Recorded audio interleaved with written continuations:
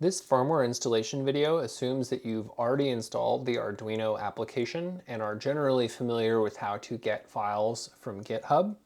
If you don't know how to do either of these two things, then I recommend watching the first time firmware installation video. So the first thing we're going to do when we need to update the firmware is we're going to go to the latest LiBCM firmware location, and there will be a link to this. So that link is going to take you to this page. As I mentioned previously, there's either a main branch, which is the older, more thoroughly tested code, and then also the pre-release code here. So the pre-release code is going to work in both of my cars and should work in your car, but it might not.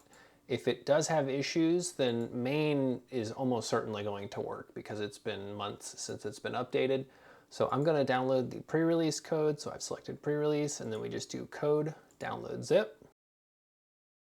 And once that finishes downloading, we can close this window, go to our downloads folder, extract the zip file. Again, you need to extract the zip file. You can't work inside of it, particularly in Windows.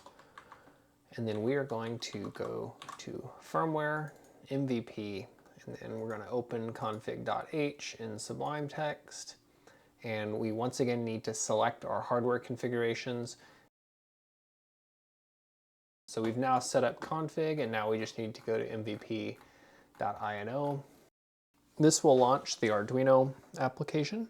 Now we need to make sure that we have our board set as the Mega 2560, and then we also need to make sure that our port is connected. If you don't see this port, then you need to plug in the USB cable. If you still don't see this port, you need to quit and relaunch Arduino. Once you get this port, we're going to just click Upload. So that's the abbreviated firmware update process.